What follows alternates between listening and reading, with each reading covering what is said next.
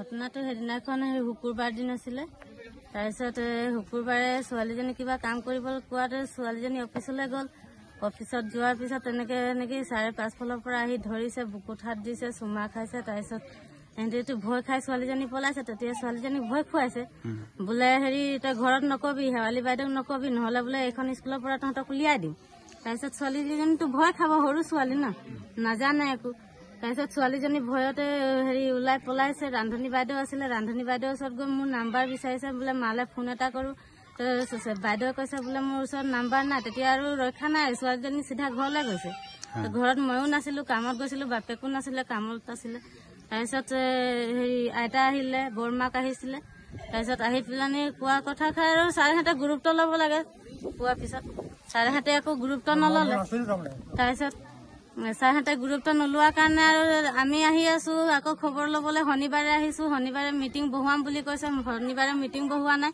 তাৰপিছত গধূলি ফোন কৰি কৈছে কি বোলে তহঁতি কথাবোৰ বোলে এনেকৈ বঢ়াই নাথাকিবি, নকৰ বোলে, তহঁতক মই পইচা চইচা কিবা কৰি বোলে দিয়াই দিম। তাৰপিছত আকৌ কালি পইচা দিম বুলি কোনে কৈছিলে? ছাৰে কৈছে, কৈলাশ ছাৰে। তাৰপিছত কৈলাশ ছাৰে কৈছে বোলে পইচা দিয়াই দিম, তহঁতক বোলে এইবোৰ কথাবোৰ বহলাই থাকিব নালাগে। তাৰপিছত আকৌ কালি কৈছে কি বোলে গাঁওবুঢ়া ঘৰত মিটিংখন বহুৱাম আমি, গাঁওবুঢ়া ঘৰত মিটিংখন তহঁতি দুইটাই যাবি বোলে, গাঁওবুঢ়া ঘৰত কৰি বোলে মিলা প্ৰীতি কৰাই দিম আৰু তহঁতৰ দিবলগীয়া যিখিনি আছে সেইখিনি দিয়াম, তেনেকে বুলি কৈছে। তো আমিতো কৈছো সেইটোতো আমাৰ পথে কোনো হ'ব নোৱাৰে কোনোমতে, কাৰণ ৰাইজ আছে, স্কুলৰ কথা স্কুলত হ'ব লাগে, চবে ঘৰ পৰিয়াল আছো। আৰু ছাৰৰ গাৰ্জেন মাতক, ছাৰক মাতক, চবে আমি কৰি ছাৰে যি শাস্তি পাবলৈ আছে শাস্তি পাওক বোলো। তাৰপিছত ছাৰে বুলি কয়, আকৌ কালি দিম মিটিং, পৰহি দিম, এনেকে কৰোঁতে আমি মিটিংখন দিবলৈ গ'লেও তেনেকে কৈ দিয়ে মই চবকে ফোনত জনাম, চবে আহিব, চবে মিটিংখন কৰি দিম বুলি। তাৰপিছত ছাৰে আৰু মানে আমাক এনেকে কৰি আৰু কথাখিনি চব পিছলৈ নি আছে আৰু কোনে প্ৰিন্সিপাল ছাৰে? যিজন শিক্ষকে যে বেয়া কাম কৰিছিলে তেখেতৰ নামটো কি? অভিজিত কুমাৰ। অভিজিত কুমাৰ। তেখেত আজি স্কুললৈ আহিছে নাই? নাই, সেইদিনাখনৰ পৰা অহাই নাই। আপোনালোকে থানাত দিছে নেকি? থানাত নাই দিয়ে। থানাত দিম বুলি ক'লেও ছাৰে তেনেকে কৈছে মিটিংখন দি লওঁ তাৰপিছত চাম, তেনেকে বুলিয়ে কৈ আছে। আজিলৈকে কোনো মিটিং নিদিলে? কোনো মিটিং নাই দিয়ে। তাৰপিছত আজি শেৱালি বাইদেউ গৈছিলে, শেৱালি বাইদেউ খালি কৈছে স্কুলখনৰ হ'ব, বদলাম হ'ব, কিবা হ'ব। আমি স্কুলখনো চেভ কৰিম কৈছো, আমি স্কুলখনৰো বদলাম হ'ব, কাৰণ আমাৰ ল'ৰা ছোৱালীয়ে পঢ়ি আছে ন। তেতিয়া আমি সেইষাৰো কথা কৈ আছো, সেইষাৰ কথা কোৱাটো মানে ছাৰহঁতে গুৰুত্ব লোৱা নাই ভালকে। আৰু দিনটোতো এনেকে ৰৈ থকা নাই, গৈ আছে, বাঢ়ি গৈ আছে।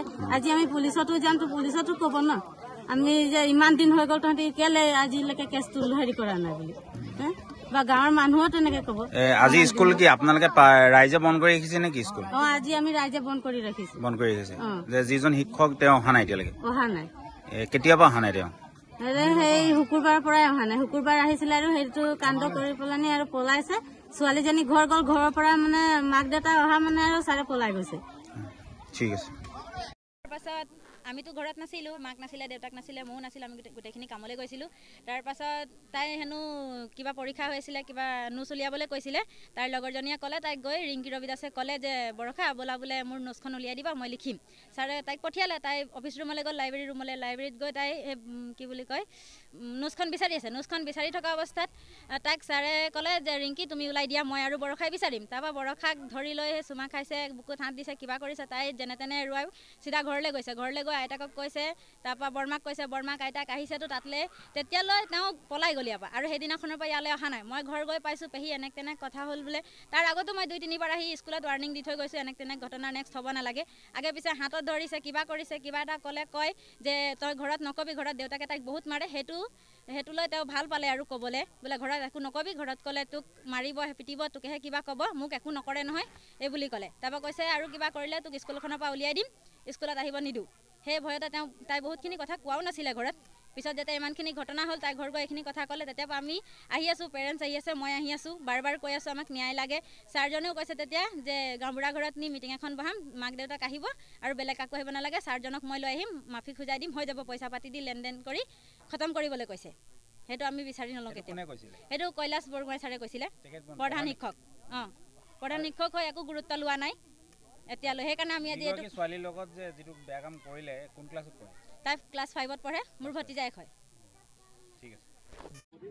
আমাৰ শনিবাৰে পৰীক্ষা আছিলে ছাৰে কৈছিলে নোটছটো বিচাৰি দিবলৈ আৰু ছাৰে কৈছিলে বৰষাক নোটছটো বিচাৰি দিবলৈ ছাৰে ক'লে মই ঘৰ গৈছোঁ বোলে বৰষাক মই ক'লোঁ বৰষা বিচাৰি দিব লৈছিলে তাৰপিছত বৰষাক চুমা খালে আৰু বুকুত হাত দিছিলে সেইখিনিয়ে দেখিছিলোঁ তুমি নিজে দেখিছিলা কোন ছাৰে হেৰি কৰিছিলে অভিজিত কোঁৱৰ ছাৰে অভিজিত কোঁৱৰ ছাৰে তুমি কাক ক'লা তেতিয়া দেখি পেলাই মই বৰষাই মোক কৈছিলে মই ঘৰত গৈ কৈছিলোঁ ঘৰত গৈ কৈছিলা ঘৰৰ মানুহে স্কুলত কৈছিলেহি না ছাৰহঁতক অঁ কৈছিলে একো তোমালোকক হেৰি ন্যায় নিদিলে ঠিক আছে তুমি কোন ক্লাছত পঢ়া মই ঘৰত পঢ়ি ক্লাছ 4 ঠিক আছে অফিচ ৰুমত আছিলোঁ তাৰপিছত ছাৰে পিছফালৰ পৰা আহি চুমা খাই বুকুত হাত দিছে কি নাম ছাৰ অভিজিত কোঁৱৰ কিমান দিনৰ পৰা তেনেকুৱা কাম কৰি আছে সেইদিনাখন কৈছে আৰু এদিন চুমা বিচাৰিছিলে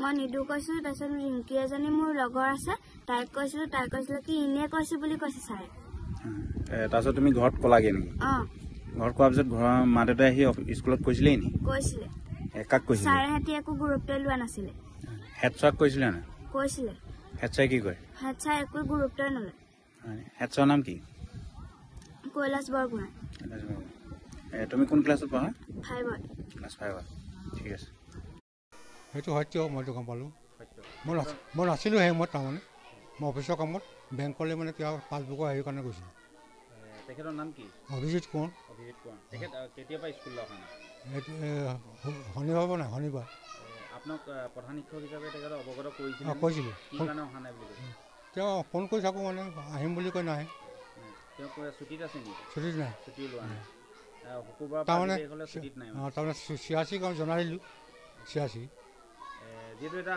প্ৰধান শিক্ষক হিচাপে আপোনাৰ ওপৰতো এটা অভিযোগ দিছে হয় যে যিটো ঘটনা ঘটিল সেই ঘটনাটোৰ ক্ষেত্ৰত কিবা পইচা দি মেনেজ কৰা সেইটো মই নাই কোৱা একদম মানে সত্য মই কোৱা নাই আপুনি ঘটনাটো কেতিয়া গম পায় মই 5 দিনা গম পাওঁ হয় তেতিয়াৰ পৰা আপুনি একো এটা একশ্যন লৈছিলে একশ্যন মানে মিটিং দিছিলোঁ তাৰমানে গাঁওবুঢ়া মানে এইবিলাক ওচৰৰ মানুহ এজন ঢুকালে সেই তালৈ গুচি গ'ল খৰি দি গ'ল আপুনি আৰক্ষীক অৱগত কৰিছে হা আৰক্ষীক জনাইছিলে আৰু নাই কোৱা মই কিয় নাই কোৱা আৰক্ষী নকলোঁ তাৰমানে মানে গোটেই ঘটনাটো গাপ দিবৰ কাৰণে চেষ্টা কৰিছে নাই কোৱা মই গাঁৱত মানে গৃহতে কৈ আছে মানে আৰু যোৱা শুকুৰবাৰৰ ঘটনা আজি তাৰিখলৈকে এখনো মিটিং দিব নোৱাৰিলে কাৰণটো নহয় কালি পৰহি দিম বুলি ভাবিছিলোঁ মানুহ নকৰি নাখালে যিহেতু ঘটনাটো এটা বহুত ডাঙৰ ঘটনা এই ঘটনাটো একচুৱেলি গাপ দিবৰ কাৰণে চেষ্টা কৰা নাই গাপ দিবলৈ মই ভয় মানে বাৰে বাৰে আপোনাৰ ওপৰত এটা অভিযোগ আহিছে যে আপুনিয়ে মধ্যতাকাৰী হৈ পেলাই আপুনি নাই মই এইবোৰ নাই কৰা দেই মই স্কুলখনত কেনেকৈ মানে বদনামটো নহয় সেইটো মানে চিন্তা কৰিছিলোঁ